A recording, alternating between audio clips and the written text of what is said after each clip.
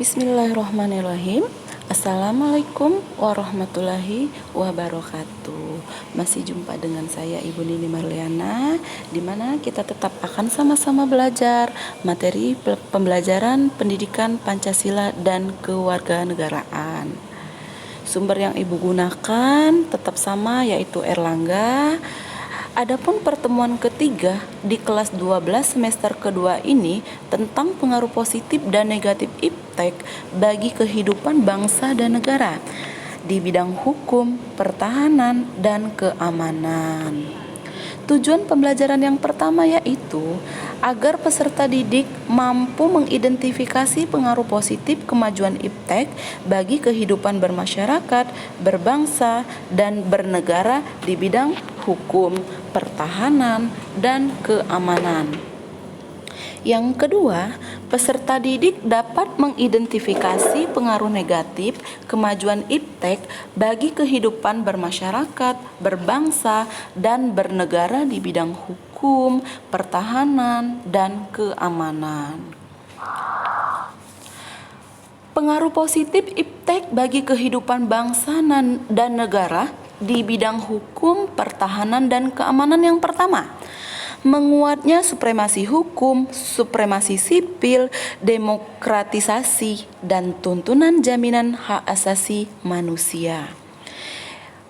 Pengaruh yang kedua, produk hukum dan undang-undang lebih memihak kepada kepentingan rakyat. Yang ketiga, tugas penegak hukum semakin transparan dan profesional. Nah, bagi penegak hukum, perkembangan teknologi, contoh adanya pemeriksaan DNA, dapat mempermudah kepastian identifikasi pelaku kejahatan. Dengan penggunaan teknologi pemeriksaan DNA juga dapat mengurangi kesalahan dalam menentukan pelaku kejahatan. Yang keempat, teknologi pemantauan seperti CCTV. Dengan adanya CCTV dapat mempermudah pembuktian kejahatan yang dilakukan seseorang atau sejumlah orang. Rekaman CCTV dapat menjadi bukti awal karena memperlihatkan peristiwa yang terjadi. Dan yang terakhir, perkembangan teknologi pertahanan keamanan dapat membantu negara dalam mengatasi ancaman peperangan dengan negara lain. Penggunaan teknologi dalam mengumpulkan, memproses, menyimpan, dan menganalisis informasi secara langsung dapat membantu bila terdapat ancaman. Selain itu juga, penggunaan teknologi senjata jarak jauh dengan ketepatan tinggi untuk melumpuhkan musuh dapat mengurangi penggunaan tentara di wilayah musuh. Adapun pengaruh negatif iptek bagi kehidupan bangsa dan negara di bidang hukum, pertahanan, dan keamanan. Yang pertama,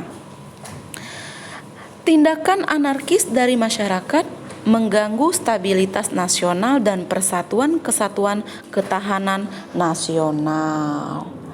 Yang kedua, terdapat teknologi penyadapan yang dapat menyadap dan merekam pembicaraan telepon seseorang.